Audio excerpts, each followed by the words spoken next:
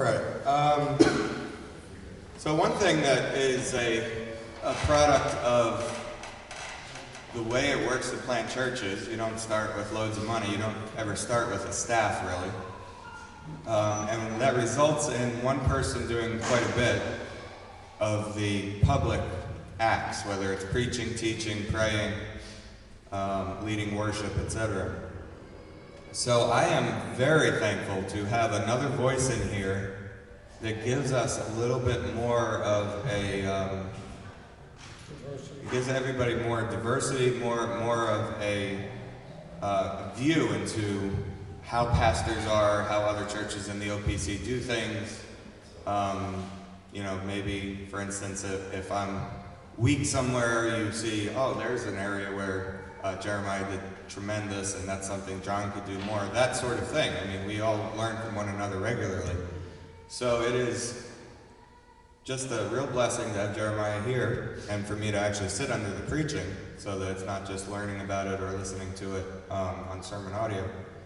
And my first question is, thank you so much for the sermon. It was tremendous. And can you come and do this for us every Sunday morning? No. It is on. Okay. I was thrilled with the sermon. It's an Old Testament text, as you all know.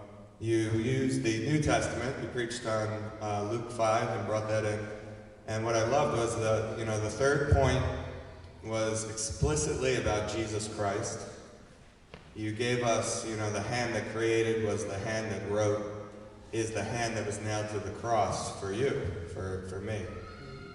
Something we can take home and reminisce about to our children.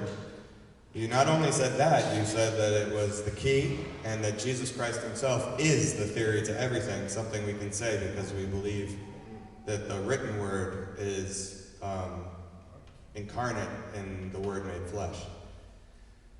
And, that's just tremendous, but it's also something I know I struggle with immensely, which is how do you take texts that teach all kinds of truth and funnel them, as you said in the sermon, funnel them down to Jesus Christ, who is the theory of everything, regardless of whether or not we're preaching on Psalm 19. And just to take that one step further, I know the people here do family devotions and things like that, and that's a struggle. So, what if we're up to one of the genealogies that is laborious to even read through, let alone link to Jesus Christ? So, in your sermon preparation, in your family devotions, how do you, regardless of the text, funnel things down to what is most important, the Word made flesh, Jesus Christ? Yeah, that's a great question, and I think it's easier in family devotions than it is. I think it's easier in family devotions than it is in sermon preparation, which may sound surprising, but when we do family devotions at home, we use, and right now we're reading through Kings, 1 Kings, and we use 4 questions with our kids that I think you probably heard in seminary. It was in one of our homiletics class, one of the professor just kind of threw out these 4 questions, and I latched onto them, and we use them in our family devotions, and our kids can remember them. In fact, there was, and I'm going to tell you them in a minute, but there was a time when we had actually kind of slacked off using the questions, and my 7-year-old son, who's with us here, our youngest Ewan, he came up to me one time and said, "Dad, why haven't we done the questions? We need to do the questions." So we use these 4 questions in our family devotions, whatever text of the Bible we're reading from. We ask, first of all, what does it reveal to us about God? What does it tell us about God? And it may not be the whole truth about God, but it tells us something about God. The second question is, then what does it tell us about man? And when we think about that, we mean human beings as such, but particularly human beings as sinners. So what does it tell us about God? What does it tell us about man? And then the third question is often the more challenging one. How does it point us to Jesus? Now that's not always straightforward. I mean, if you're reading a gospel narrative, well, Jesus is in the narrative, so there he is. If you're reading one of the epistles, oftentimes he's very, very visible. It's not always as easy, though. When you're talking about, for instance, just recently, Beth, correct me if I'm wrong, but we're reading in 1 Kings, we're reading about Ahab, this horrible king of the northern kingdom. And we read the account of Ahab murdering Naboth through his wife Jezebel, through lies and slander, and having him executed so he could take the vineyard. Remember the story? First Kings? Yeah, right. We said, well, how does this point us to Jesus? And we're sitting there in family worship thinking about it. And I think it was one of the kids. I don't think it was me, but I think it was one of the kids that said, well, Jesus is a king who doesn't tell lies about people. I said, that's right. Jesus is a king who doesn't lie about people. And then we asked the fourth question is, what does it tell us about being a Christian? And so we always want to hit some aspect of the work of Christ. But I think something to remember, is particularly on that third point, Christocentricity, which then dovetails into how you do it in preaching, is the work of Christ. Christ has three offices. He is prophet, priest, and king. Not just king, not just priest, not just prophet. All three. And so it's Christocentric as long as you're hitting on one of the offices. If you can get all three in the text, great, praise the Lord. But you definitely want to try to hit the work of Christ. And then the last question is, what does it teach us about being a Christian? So we look at that and say, well, Christians are followers of Jesus. Christians shouldn't tell lies about other people. So it's not moralistic. Yeah. It's following Jesus. Now in sermon preparation, you and I have worked together on kind of how we prepare sermons, and that's harder because it's not I don't have a 4-point outline every week that says, what does it tell me about God, man, Christ, and the Christian? You could do that, but typically we don't. Yeah, I'm gonna start. Yeah. Well, it's one of those things that's in your back pocket. If you ever have a total crisis and you just can't get in your study, you have 3 funerals and a hospital visit, then maybe that's what you do. And you can do it effectively. But I think I was challenged on this a couple years ago by a young man who then stopped coming to our church. But we do want to make sure that every sermon points to the work of Christ. But I would say it doesn't always have to be one particular office. So and somebody said this to me once, a mentor, a friend of mine. I don't think you know him, but I said to him, how do I know how much of Christ to bring into this particular sermon on this particular text? And he said, well, Christ should be as present in your sermon as he is in the text. So in the text this morning, we have the creation, and we know that Jesus is the one who made the world. Right? We have the scriptures. We know that Jesus is the one who wrote the Bible. But it's not saying Jesus, it's saying the Lord. And so you don't want to ignore that, but it's not super prominent. Yeah. But then at the end, when it gets to the idea of reconciliation and sacrifice, that to me is red letters, right? Even though it's printed in black ink. Yeah. And so we need to go there from there. And then it's kind of an accordion.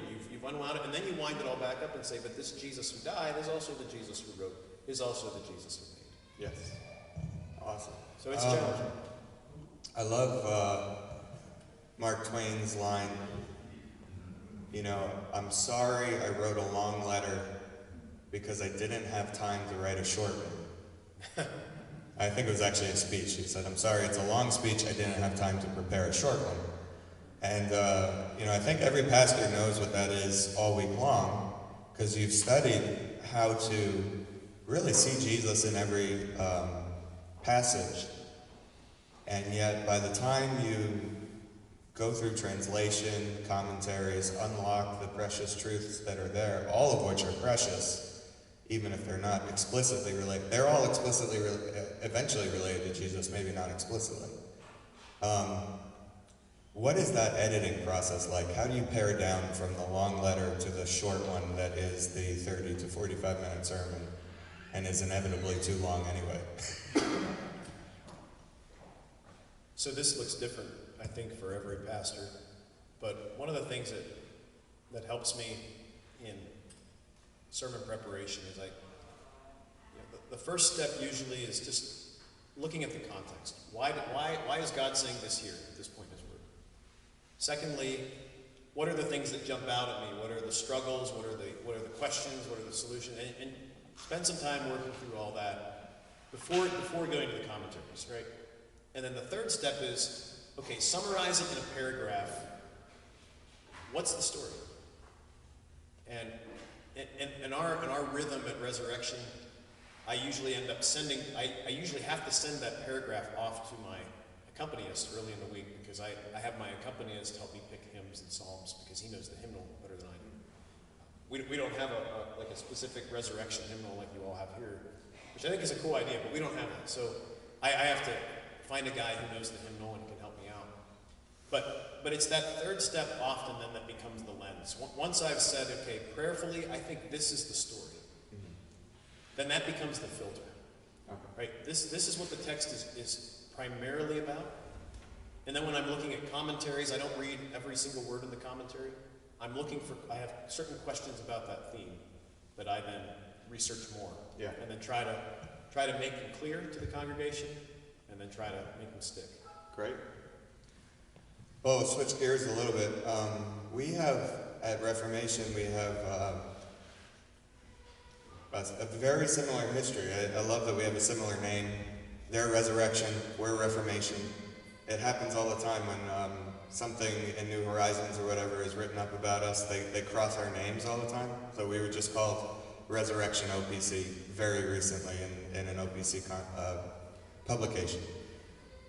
What are some things that happen in your life as a church planter, a staff of one, a pastor, a moderator of a session, a General Assembly delegate occasionally, an author occasionally, a counselor regularly, all of those things, all of those different hats going on, plus a father, in your case of 5, which is awesome and amazing, and a husband, all of these things going on. In the mix of all of that, I'm sure you enjoy it quite a bit. You have to just continue on. But what are some of the real hardships? I mean, when is it just difficult to endure through it? What are the difficulties that you face? I think one of the difficulties, and we're working on this now, my wife is very helpful with this, but up through the end of, let's say last spring, I think 2014, the spring of 2014. We started Resurrection in the spring of 2011. So for the first 3 years, trying to figure out what it means not only to start a new church, but also what it means to be a pastor. I'd never done this before. I didn't have 5 years as an assistant somewhere. It's here's a city, here's a group of people. Now let's help everybody become a church. So my instinct was originally to, and by the way, we didn't get a class on this at Greenville Seminary. Where we both appreciated Greenville Seminary, but they don't have a church planning class. So you don't really know what to do. So my instinct was people. I need to spend time with people. So the first 3 years, and Beth will tell you, and she will tell you that I was crazy, and I was. I would fill my weeks with as many people appointments as I could, and then try to squeeze in sermon preparation in the cracks. And we were preaching twice. Well, the first summer we only had one service, but from August of 2011 on, we've had 2 services. So you're trying to prepare 2 sermons, and I was just filling up with people appointments. And so finally, we were sitting at a wedding one time back in May of 2014. You remember this? And we were sitting at the reception and we're counting up my appointments for the week, and I read off the number, and she said, "You're crazy." And then I told my dad later. My dad was a ruling elder at another OP church, but he was serving on our overseeing session. He says, "You are crazy. You're going to kill yourself. You need to knock that off." And so that summer, I sat down and said, okay, I need to structure my time. I need to pick days where I'm not going to be a people person, where I'm going to be in my office or alone or studying, and preparing to teach and preach. Yeah. I'm gonna block out time there once or twice a week. And then I'm also going to block out time for people, and then block out time for the administrative stuff. So one of the things in church planning, you're the secretary as well as the pastor. I joke around all the time at Resurrection because inevitably there's a misprint in the bulletin. And I'm a perfectionist, so this hurts me more than it hurts them. But I say, look, maybe you need to fire the secretary, but the secretary is me. So I don't know what to do. I think scheduling is a real challenge. Yeah. I think. And not just scheduling, but scheduling with enough leeway that you can take up the emergencies. Right. Because you can't plan an emergency. Right. So you have to schedule, but not overly full, because something inevitably comes up. Yeah, when you reference seminary, that's the funniest thing, and I speak very highly of the seminary we went to. I would commend it heartily and have. But one question, a burning question that I left with was, so where's the perfect church that does every single thing every one of the professors has taught us to do? And the reason why that's a question is because what happens, and it's the nature of the case, you have men that were pastors in the field, and now they're teaching. They're not going to teach a bad way to do things. They're going to teach the right way to do things. But in real time, as we've come to realize, there's a massive learning curve. You're not going to get an all-new counseling case without having to do a ton of homework on it, and preaching and teaching. And, it's just, I guess the one thing I've always come back to is, it sort of used to be that maturity as a Christian was doing things that were glorifying to God. Now it's prioritizing and actually not doing some things that very well could be glorifying to God, because there's more urgent things that are also glorifying to God. So that's helpful. I want to get to any questions we have from the audience, but one parallel track that Resurrection and Reformation have shared has been an intentional approach to outreach, and not just our pastor does outreach so our church is an outreaching church, but all of us are on mission. I remember when they had their particularization service, I heard something that you will definitely hear at our particularization service, which is, even though we're not a mission church, we're still a church on mission. Right. And that's just a tremendous helpful way to phrase it. What are some things that you guys do in State College for intentional outreach, and sort of like, how does it involve you? How does it involve everybody else? What are some ideas and things along that nature? Yeah, it's a good question. We tend to think of evangelism and outreach in State College on two tiers. We have what we call air war and ground war. So air war is about raising awareness of the church using various forms of media. So we advertise on Facebook, we advertise on Google, we put together brochures, you've seen some of them. We do ads in the newspaper, the community newspaper, the college newspaper. And it's not easy to quantify the impact that has. It's, people like to say, well, what results have you seen? And I say, I can't tell you. And there's really no way to quantify it. I have been told that when we first started the church, members of our church who would tell people, I go to this church, I've never heard of it. Nowadays, if they say I go to this church, oh, I've heard of that church. Where is it? What's it about? So we do that. And beyond kind of the stuff out there in the ether, we have magnetic bumper stickers that just have our name and our website, and they're cheap. We got it made for like $5 a piece, and we give them away on our book table.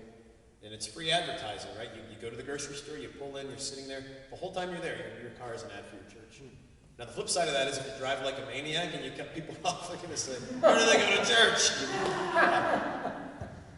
So be careful. That's why we don't give them out here. Yeah, of course. I've seen the way people drive in New York, but we also have what we consider the ground war, which is face-to-face relationships.